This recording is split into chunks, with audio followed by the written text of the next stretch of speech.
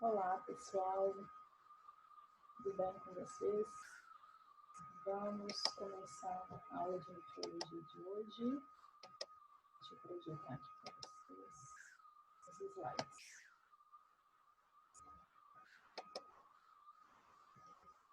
Isso. Bom, espero que vocês tenham descansado. Eu vi que muita gente fez o exercício proposto para a aula de nefrologia, né? Então, para a gente dar continuidade, eu vou relembrar vocês o que a gente já tinha estudado na primeira parte da nossa disciplina de nefrologia, né? Então, para a gente poder dar continuidade. Então, a gente viu o que é o sistema renal, né? O que é em si a doença renal crônica, quais são as funções do sistema renal, né? Ele tem diversas funções, não só formar a urina, né? Ele elimina as excretas do organismo, as substâncias que estão em excesso, que a gente não precisa mais. Ele vai controlar o balanço hídrico, regular algumas questões hormonais, entre outras várias atividades. Então, por isso é tão vital e importante o sistema renal no nosso corpo, né? Nós passamos também pela composição do sistema urinário de uma maneira em geral, né? A gente viu rins, ureter, bexiga e uretra, né? Que são os componentes que vão fazer com que todo esse sistema funcione, a gente consiga eliminar excesso de líquidos, dessas substâncias em excesso, né? Fazendo o controle do balanço hídrico no organismo. A gente viu também a anatomia interna dos rins, né? A gente viu a porção funcional do rim, o néfron, destrinchamos aí um pouquinho esse funcionamento, né? A fisiologia do sistema renal também, como que ocorre a formação da urina, a eliminação dessas excretas pelo néfron, né? Através lá da filtração glomerular. E a partir disso, nós entramos nas doenças renais.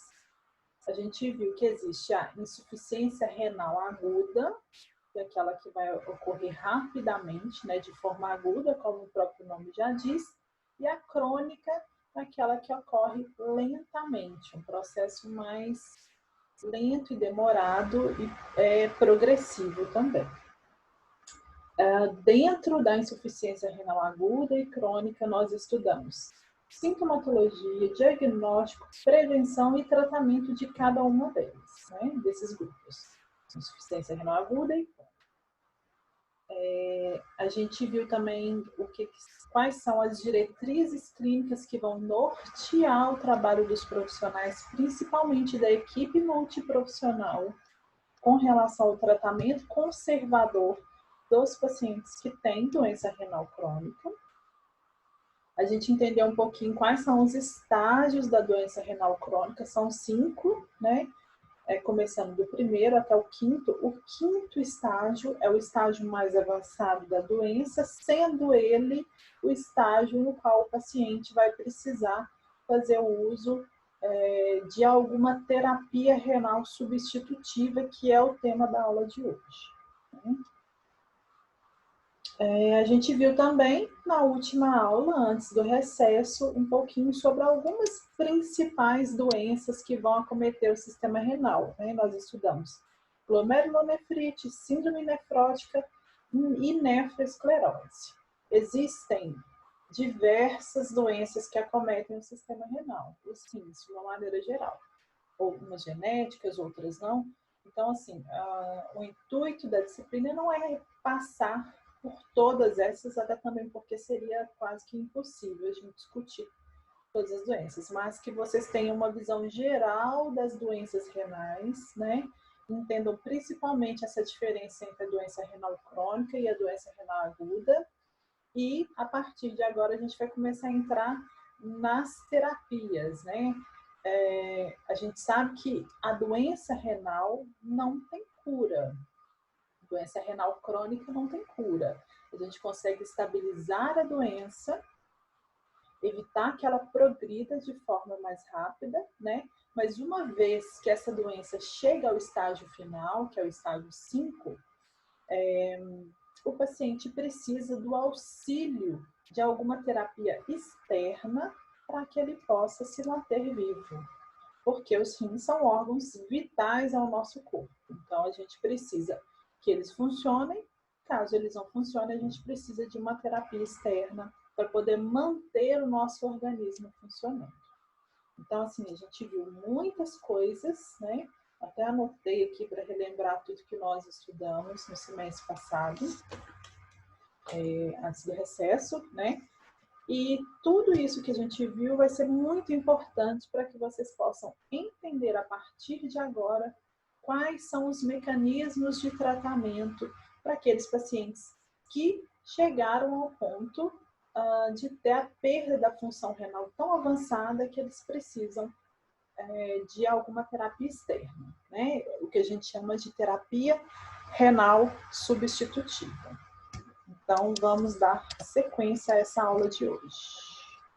Terapias renais substitutivas. Só um minutinho que eu vou fechar aqui a minha janelinha para vocês. Isso, para vocês poderem ver o slide como um todo.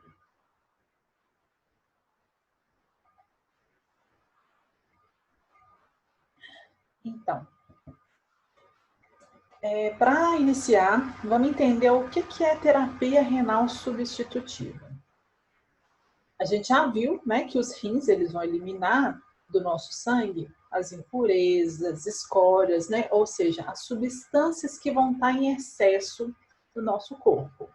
O rim vai fazer isso tirando essas substâncias, o excesso de água e eliminando tudo isso através da urina. Quando o rim não funciona mais adequadamente, essas substâncias que a gente deveria estar mandando para fora do corpo, que estão em excesso, elas vão ficar acumuladas no sangue. E esse acúmulo dessas substâncias vai ser tóxico para o nosso corpo. Então, essas substâncias acumuladas passam a intoxicar o nosso corpo. Isso é o que acontece na doença renal crônica. Cada vez mais o paciente com doença renal vai tendo uma progressão da doença, ou seja, o rim vai ficando cada vez mais doente, funcionando cada vez menos, e essas substâncias vão ficar acumuladas no organismo, causando um mal para o nosso organismo. Então, o rim vai funcionar cada vez menos, né? E essa função do rim chega a um ponto que ela precisa ser substituída. Lembrem-se dos 5 estágios que a gente acabou de falar, né? Então, quanto mais avançado o estágio, mais preocupante né? Mais próximo de entrar numa terapia substitutiva, esse paciente vai estar. Então, as terapias substitutivas, que a gente chama, elas vão ser alternativas que vão tentar imitar as funções dos rins. Vocês vão entender mais para frente nas aulas que por mais que existam essas terapias, elas nunca vão ser perfeitas como os nossos rins são para o nosso organismo. Então, os pacientes vão ter efeitos colaterais, tem outras consequências dessas terapias no organismo, mas por outro lado, elas conseguem manter a vida do paciente, conseguem realizar ali as funções básicas do rim, que é, no caso, a filtração e a eliminação de líquidos e de escórias, né, de substâncias em excesso no nosso sangue. Tá?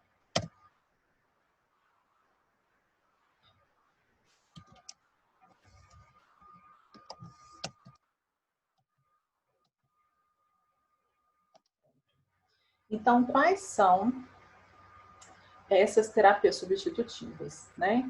São a diálise peritoneal, que pode ser que vocês nunca tenham ouvido falar, mas nós vamos estudá-las. É uma opção muito interessante e importante. A hemodiálise, que é aquela que o paciente faz no hospital, na máquina, vai mais ou menos 3 vezes por semana, fica lá umas 4 horas, tá?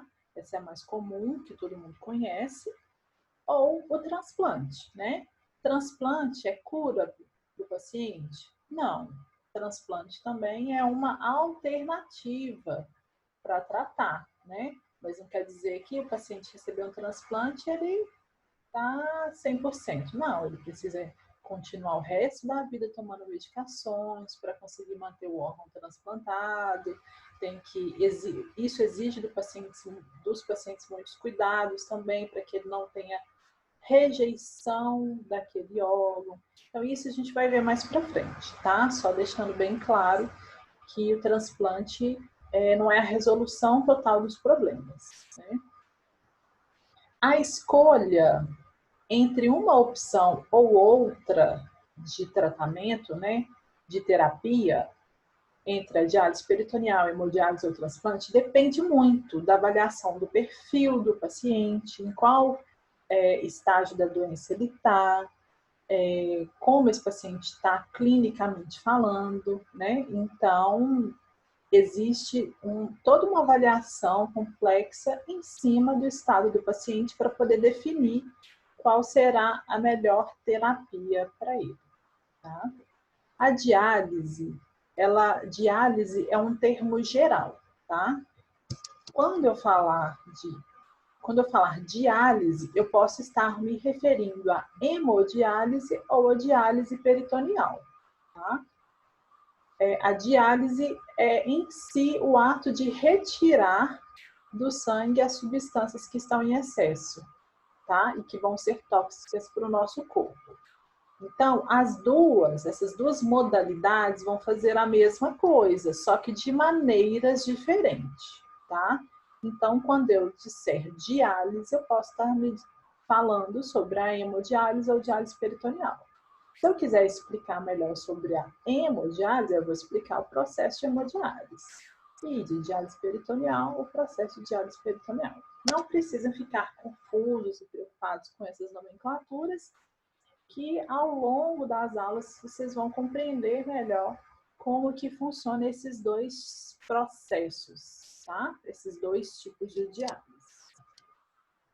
Então, relembrando, são 3 tipos, né, de terapias. Uma é a hemodiálise, que eu falei para vocês, que faz na máquina, lá no hospital, né? A máquina é bem parecida com essa aqui, que nós vamos entender todo o mecanismo, como que tudo isso aqui funciona. A diálise peritoneal, essa aqui pode ser feita em casa, né? Precisa de uma maquinazinha também, mas é um processo um pouco diferente, né? O paciente não tem uma fístula, como nesse caso, não é necessário uma fístula, o paciente tem um catéter implantado no peritônio, mas isso eu vou explicar para vocês na aula de diálise peritoneal, tá?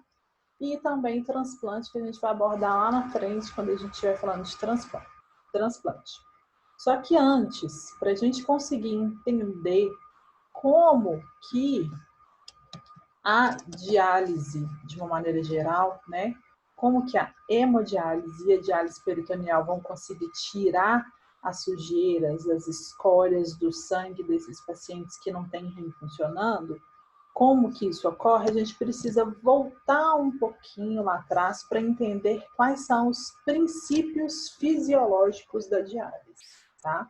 Então, hoje é uma aula mais densa, um pouquinho mais pesada, e uma matéria extremamente importante para que vocês possam entender o restante de toda a matéria, tá? Então, uma aula muito, muito importante, prestem muita atenção. A diálise, né, que é o procedimento de uma maneira geral, é um processo em que a composição de dos solutos, de uma solução A é alterada pela exposição da solução a uma segunda solução B, através de uma membrana permeável. O que isso aqui quer dizer, né? O processo de diálise, o processo de limpar, tirar as impurezas do sangue dos pacientes que não têm um rim funcionando, ocorre dessa forma aqui. Isto quer dizer que Vamos imaginar que a membrana artificial, que isso aqui é a membrana que vai fazer a filtração dessas substâncias que estão em excesso no sangue. Por aqui, esse é o caminho que está passando o sangue do paciente, cheio de sujeirinhas lá, de substâncias que vão estar em excesso, né? Porque o rim não funciona. E do lado de cá, tem um líquido que passa por essa membrana, que a gente chama de dialisado, tá? Esse líquido aqui, ele vai ter uma concentração específica e as substâncias aqui que estão em excesso no sangue, elas vão passar por essa membrana porque ela é uma membrana permeável, é como se ela tivesse furinhos, né, para que essas substâncias passassem, tá? Então, esse parágrafo quer dizer que diálise é esse processo aqui, um processo que a gente tem um líquido em uma concentração específica, uma membrana permeável, né? E as substâncias que estão aqui em excesso vão passar através dessa membrana para esse líquido aqui que vai ser desprezado, tá? Então, de forma conceitual, a gente pode ver que a membrana semipermeável, que é essa aqui, ela é como uma lâmina perfurada. É como se cada espacinho desse aqui fosse um furinho, tá? Ou poros. Então, as moléculas de água e de soluto de baixo peso, então, a partir de agora, a gente vai chamar as substâncias aqui no sangue que estão em excesso, que a gente chama de escórias, né? Enfim, a gente vai chamar elas a partir de agora de solutos, tá? Então, esses solutos aqui, principalmente os de baixo peso, eles vão passar através desses poros aqui na membrana e vão se misturar, né? Enquanto que os solutos pequenininhos vão passando, os solutos grandes não vão conseguir passar através dessa membrana permeável. Então, de uma maneira geral, esse é o processo de diálise. Isso é que a gente vai entender melhor agora como que ocorre. Então, mais uma figura, né, para ficar mais fácil de compreender. Aqui, vocês vão lembrar lá das aulas do ensino médio, tá, gente? Para poder compreender essa matéria de hoje. Aqui, de um lado, a gente tem uma solução muito concentrada, né? Com várias substâncias, que a gente agora vai chamar de soluto, tá? E no meio temos uma membrana permeável, que tem vários buraquinhos aqui. O que acontece é que, por causa dessa diferença aqui de concentração, algumas substâncias daqui vão passar para lá, porque a membrana permite que isso ocorra, né? Então, de uma maneira geral, a gente percebe que depois dessa passagem dessas substâncias, esse líquido aqui, que é o dialisado, vai ficar cheio dessas substâncias que estavam em excesso aqui inicialmente, tá? Então, vamos entender quais são os mecanismos de transporte, então, dos solutos, né? Que agora a gente já entendeu que são aquelas substâncias em excesso lá no nosso corpo, que vão estar em alta concentração no sangue do paciente que não tem o rim funcionando adequadamente, né? Então, os solutos, eles podem passar pela membrana, né? Através dos poros que essa membrana vai apresentar. E o que faz esse soluto passar pelos poros dessa membrana são dois mecanismos diferentes. Primeiro, né, a gente chama de difusão e o segundo a gente chama de ultrafiltração. É o que nós vamos estudar hoje, esses dois mecanismos.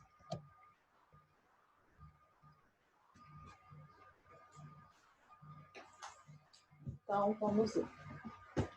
Difusão. Primeiro mecanismo. O movimento, então, do soluto por difusão é o resultado de um movimento molecular por acaso. O que essa afirmação quer dizer? Né? Que substâncias que estão aqui, o nosso soluto que está aqui no lado A, ele vai passar para cá por acaso. Ele vai esbarrando aqui nessa membrana e passa um, passa outro, tá?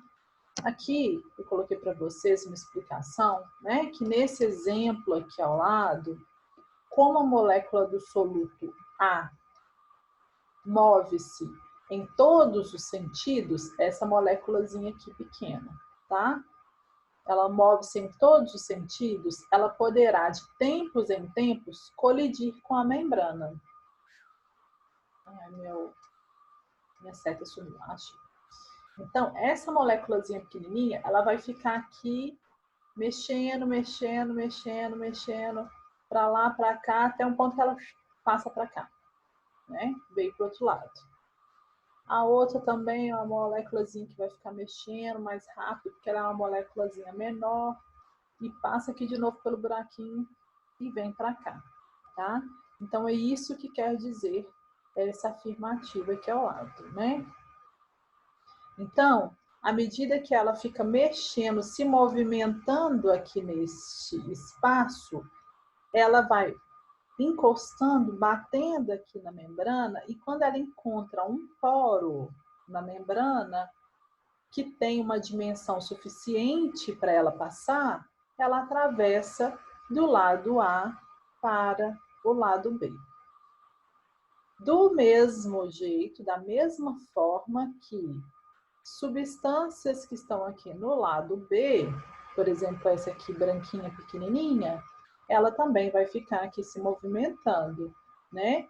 E ela pode bater aqui na membrana, encontrou um espacinho que ela consegue passar e passar para lá. E é isso que está sendo mostrado aqui na figura ao lado, né?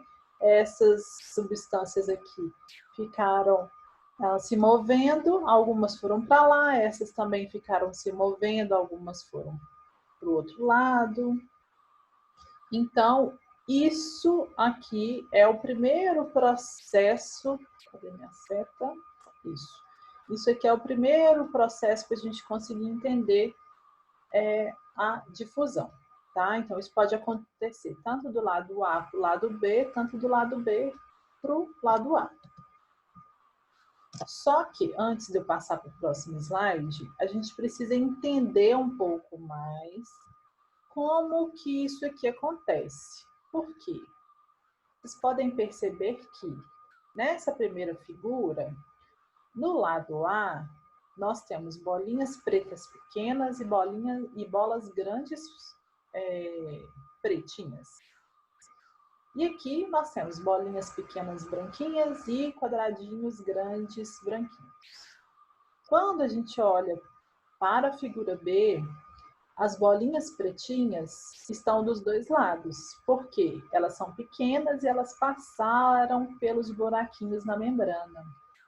As bolinhas branquinhas também, elas são pequenas e passaram, então a gente tem bolinha pretinha e branquinha em ambos os lados, lado A e lado B. Porém, conforme a gente pode observar, na primeira figura, no lado A, a gente tinha duas bolas grandes pretinhas e dois quadrados grandes branquinhos. E na figura B aqui, e nessa figura aqui, a gente percebe que as grandes continuam do jeito que elas estavam, né? Por que isso ocorre? Porque existem algumas regras, alguns processos que vão dificultar a passagem de algumas substâncias e de outras não. E é isso que a gente vai entender agora no próximo slide. Então, primeiro ponto que a gente precisa entender sobre a difusão é a importância do gradiente de concentração, né? Então, taxas relativas de passagem de um determinado soluto, que a gente chama de soluto X, faz de conta, né, que as substâncias aqui que estão nessa figura, a gente vai chamar de soluto X. Agora a gente já sabe que isso aqui, essa substância chamam soluto, né?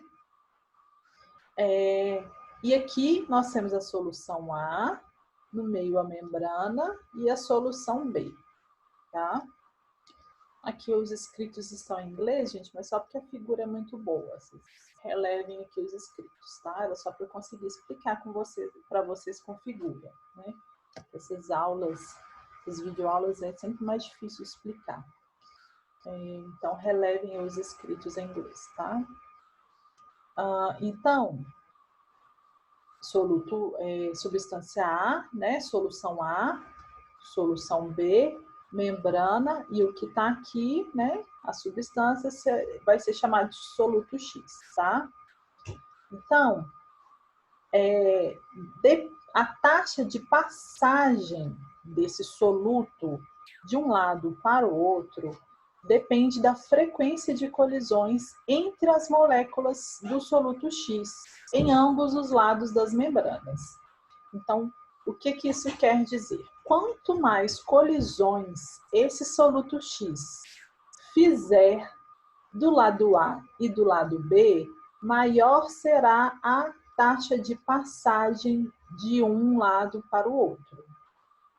A gente não viu na figura anterior que esse soluto fica se movimentando e colidindo aqui o tempo todo com a membrana até que ele acha um buraquinho que ele consegue passar?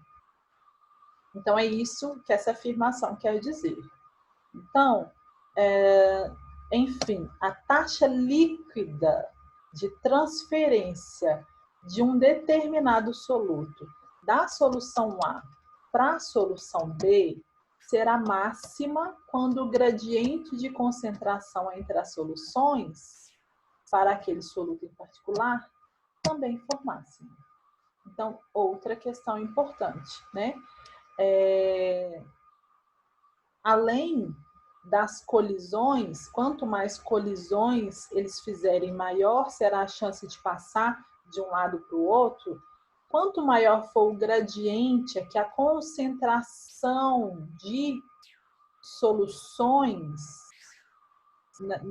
tanto do lado A quanto do lado B, nesse soluto, maior será a passagem de substâncias, porque aqui vai estar cheia, elas vão ficar batendo entre si, maior será a chance delas passarem. E aqui a mesma coisa.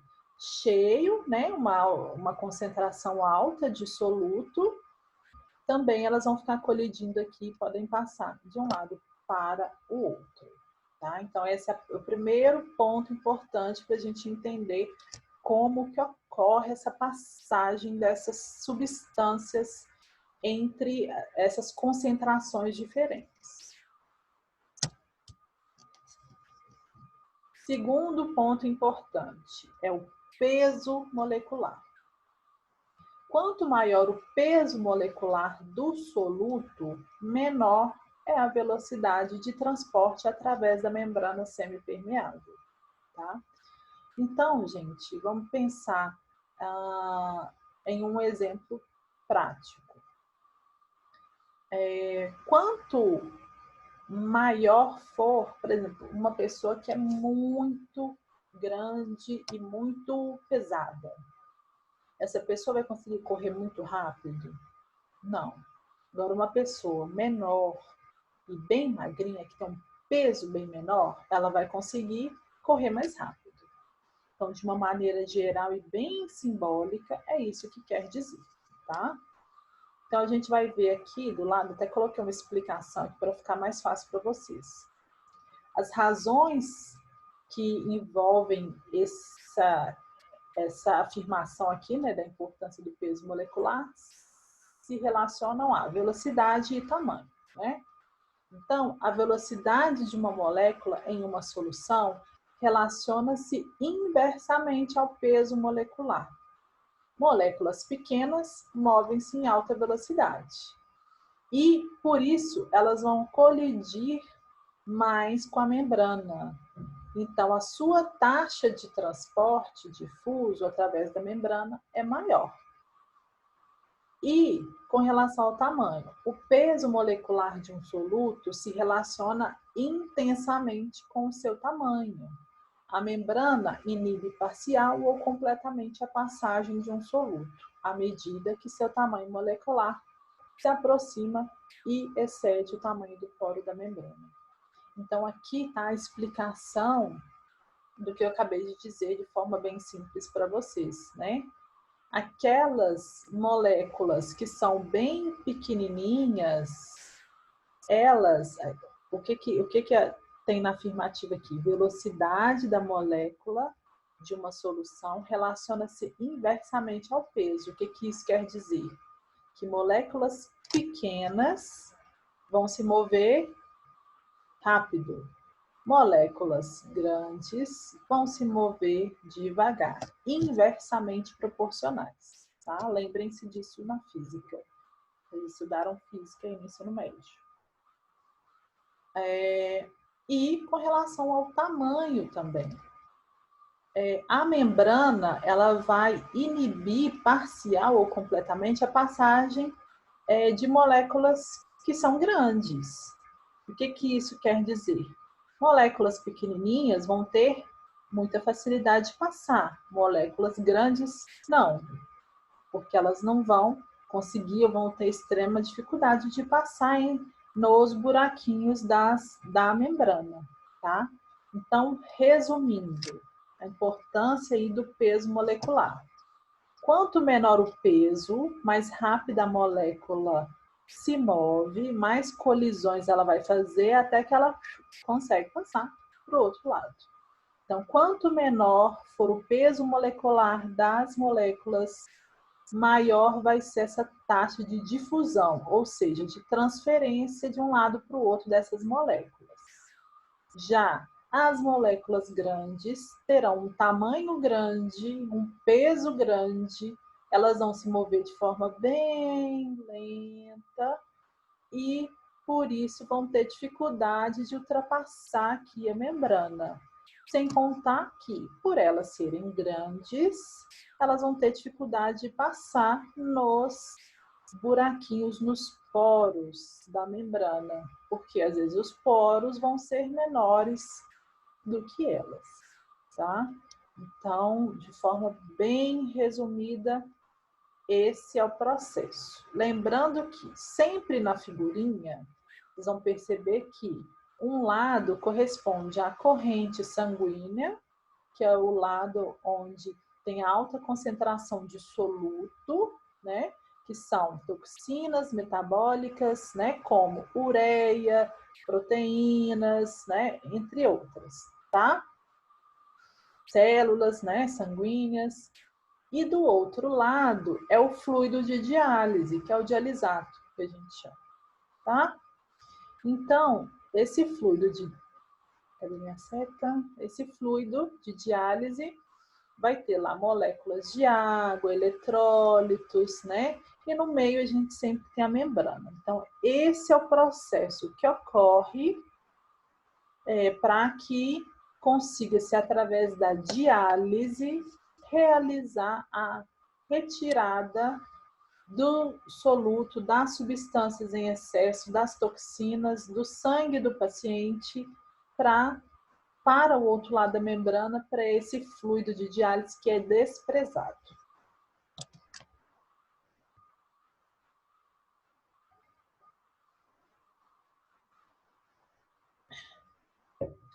Então, o terceiro ponto importante é com relação à resistência da membrana devido à própria membrana.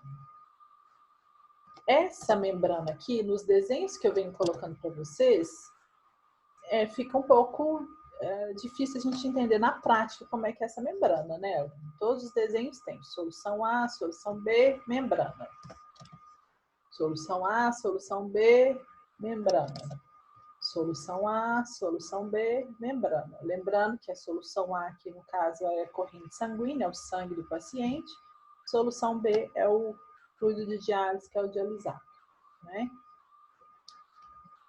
Só que existe uma questão importante também, que é com relação à resistência dessa membrana. A resistência da membrana será alta se a membrana for espessa, se o número de poros forem pequenos ou estreitos. Então, existem algumas especificações com relação à membrana que vão fazer com que seja mais fácil a passagem dessas substâncias de um lado para outro, tá? Dentre elas, a espessura da membrana, o número de poros, né? Se pequenos ou estreitos, tá? Algumas membranas de diálise mais modernas, elas são especialmente finas e têm poros grandes. Isso faz com que tenha uma menor resistência, tá? Da passagem das substâncias do soluto de um lado para o outro, tá? Essas membranas que são mais finas e que possuem uma resistência menor, elas são chamadas de membranas de alto fluxo. Alto fluxo. Isso aqui, gente, é onde ficam as membranas, que são estruturas parecidas com isso aqui, que eu coloquei na foto para vocês. Estão aqui dentro, tem estruturas parecidas com essas, tá? E essas são as membranas que vão fazer com que o sangue consiga ser filtrado. Então, por um lado aqui, vai entrar o fluido de diálise, que é o dialisato, e por outro vai entrar o sangue do paciente. E eles vão ficar dessa forma como a gente vê na figura, de um lado passando sangue, de um lado passando fluido. E aí, esse processo aqui vai ocorrer de passagem de uma substância de um lado para o outro. E o que é mais importante é conseguir fazer a retirada, então, né, dessas toxinas metabólicas aqui do sangue do paciente para o outro lado, onde vai ser desprezado junto com o dialisado, tá? Mas isso, pessoal, a gente vai ver quando a gente for falar especialmente de hemodiálise, tá? Essa aula é uma aula bem inicial para vocês entenderem o mecanismo de ação dessas terapias. Aí eu vou entrar com vocês num tópico só de hemodiálise. É muita matéria, muito interessante, né? Mas para isso a gente precisa entender esses mecanismos básicos aqui. O outro processo, né, o segundo mecanismo de transporte do soluto através das membranas semipermeáveis é o que a gente chama de ultrafiltração, ou também pode ser chamado de transporte por convecção, tá? As moléculas de água, elas são extremamente pequenas e podem passar através de todas as membranas semipermeáveis, né? Lembrem-se do primeiro desenho lá que a gente viu, moléculas pequenas passam facilmente aqui entre a membrana, né? A ultrafiltração, então, ela ocorre quando a água ela é impulsionada pela força hidrostática ou osmótica e é empurrada através da membrana. Então, gente, lembrem-se, os mecanismos de diálise, né, de uma maneira geral, eles vão retirar as escórias, as substâncias tóxicas do sangue e eles também vão retirar excesso de líquidos. Vocês já devem ter tido contato em algum momento com algum paciente, por exemplo, que tem que fazer hemodiálise. Eles têm uma restrição à água. Não podem beber água em excesso. Por quê? O rim não está funcionando. Então, quem vai retirar essa água em excesso do corpo deles vai ser a máquina, através desse processo aqui. Só que a máquina faz isso? Faz. Perfeitamente como o rim? Não. Por isso que os pacientes têm uma restrição hídrica, né? Porque também não podem beber 10 litros de água, que a máquina não dá conta de tirar sem que o paciente sinta-se mal. Tem que ter alguns efeitos colaterais decorrência disso. Então, o processo de diálise em si, ele vai retirar essas toxinas do corpo e também retira água. A gente acabou de ver por que ele retira água, né? Porque a água, ela tem moléculas pequenas. A água é uma molécula pequena. E as moléculas pequenas, elas passam livremente pela membrana semipermeável, tá? Porque elas são pequenininhas e é fácil delas passarem. Então, esse desenho aqui mostra para a gente muito bem o que acontece na ultrafiltração. Na primeira parte, nós temos a solução A, a solução B. Vamos imaginar que aqui, ó, sangue, a solução A é o sangue do paciente que está passando. A solução B é o dialisato, né, o fluido de diálise que está passando. Então, as substâncias vão ser transferidas de um lado para o outro. Isso a gente já tinha visto naquela primeira figura, né? As substâncias de peso molecular e tamanho molecular menor, elas vão passar mais facilmente. Só que a gente acabou de ver que a água também, porque a água também é uma molécula pequena, então ela vai passar livremente.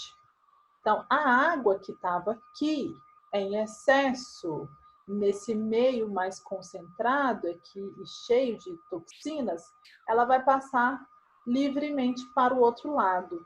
Então, vai ocorrer isto aqui, ó. Vocês podem perceber que depois que passa água para cá, olha como esse lado B, essa solução ficou com uma concentração muito maior de água e aqui com uma concentração menor de água. Além disso, toxinas, né, soluto de peso e tamanho molecular pequeno passaram também, ó, por outro lado, tá?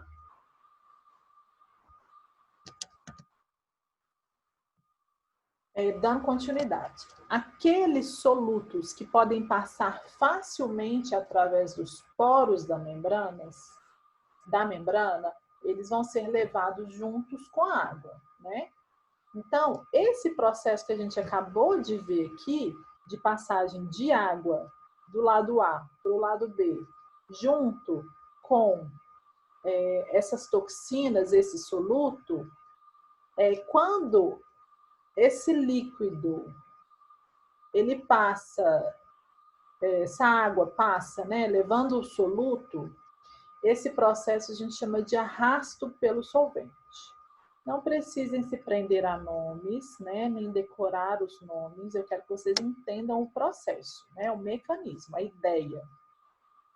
Então, a água, ao ser empurrada através da membrana, ela será acompanhada por solutos de concentrações próximas às originais. Por outro lado, os solutos maiores, especialmente aqueles que são maiores do que os poros da membrana, eles vão ficar retidos.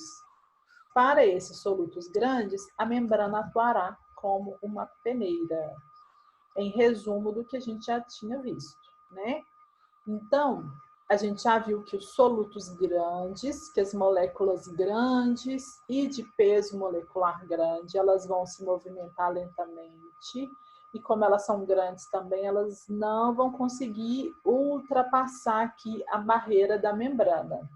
E é isso que essa afirmação quer dizer, né? Que a membrana, no caso, nesse caso aqui, vai servir como uma peneira para essas moléculas grandes que vão estar aqui no sangue, porque elas não vão passar para o outro lado, como a gente pode ver aqui na outra figura, tá? Já as moléculas pequenas, que são rápidas, têm peso molecular pequeno, né? Então elas são rápidas e pequenininhas, elas vão passar por esses orifícios, esses poros da membrana. Quando elas passam por esses poros da membrana, elas vão passar junto com água, porque a água também é uma molécula pequena, então ela vai passar muito para o outro lado. Então, é o que a gente vê aqui do outro lado.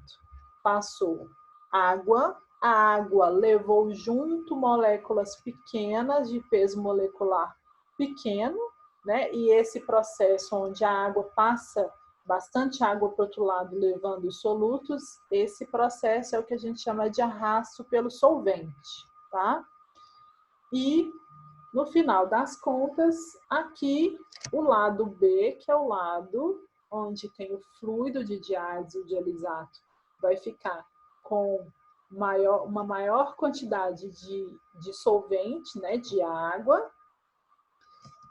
Esse solvente vai levar junto essas substâncias pequenininhas, né, que estão menores, que têm peso molecular menor, que vão passar mais facilmente para cá, né? E do outro lado aqui, que é o lado do sangue do paciente que está passando, ele vai ficar com algumas moléculas grandes, porque elas não vão conseguir passar pela membrana, e com algumas pequenas, né? Não passa tudo, tá? Esse processo de diálise não retira todas as impurezas do sangue, né? É complicado, mas por outro lado também vai ficar com uma menor quantidade de líquidos do que o que a gente observa aqui no início, justamente por esse motivo que a gente disse agora, né? Dessa passagem aqui da água para lá. Então, é assim que a diálise consegue retirar as substâncias em excesso e o líquido em excesso do corpo do paciente. Agora, outra questão importante com relação à ultrafiltração que a gente precisa saber, né? Durante a hemodiálise, que é aquela feita lá na máquina, né, com aquele aparelho que eu mostrei para vocês, a água, juntamente com os solutos pequenos, né, que são essas substâncias pequenas, toxinas pequenas que estão no sangue, elas vão se mover do sangue para o dialisado, no dialisador, como resultado de um gradiente de pressão hidrostática entre os compartimentos do sangue e do dialisado. Então, essa questão é muito interessante para a gente entender, porque o que vai fazer a água que está aqui em excesso, junto com os solutos pequenininhos, passar para o outro lado, vai ser a pressão hidrostática, tem também pressão osmótica, tá? Mas é um pouquinho mais complexo. Eu não trouxe para vocês nessa aula, mas é suficiente para que vocês entendam que a ação dessa pressão, ela faz com que essa água em excesso, tá? Junto com esses solutos pequenos, passem para lá. Então, é isso que vai fazer com que essa água e essas substâncias em excessos pequenas, né, passem para o outro lado. A pressão hidrostática. Então, vocês podem ver que envolve muita física, né? O entendimento desses pequenos processos que vão fazer com que o sangue passe por essas máquinas e consiga ser filtrado para que essas substâncias em excesso e a água seja mandada embora e o paciente possa conseguir viver bem, já que a gente sabe que o acúmulo de líquido e o acúmulo dessas toxinas no corpo, quando o rim não está funcionando, é fatal, né? Vai levar o paciente em quadros de insuficiência grave, né? Cardíaca, e esse paciente vem a óbito. Então, por isso, aqueles que possuem a doença renal em estágio mais avançado vão precisar passar por algum desses processos aqui de diálise para poder para que se possa retirar, né, do sangue esse líquido e essas substâncias tóxicas em excesso do sangue, tá? Então, espero que tenha ficado claro, né? Tentei trazer de uma forma mais simples para vocês, mais simples possível, né? Eu sei que isso é um pouquinho complexo, né? Apesar de vocês terem estudado isso no ensino médio, muitas pessoas podem não se lembrar, mas espero que tenha ficado claro. Hoje é uma aula mais curtinha, mas extremamente importante. Façam com atenção os exercícios, porque eles ajudam a fixar o conhecimento, tá? Qualquer dúvida, vocês podem mandar aqui que eu vou respondendo para vocês. Obrigada, pessoal, e até a próxima aula.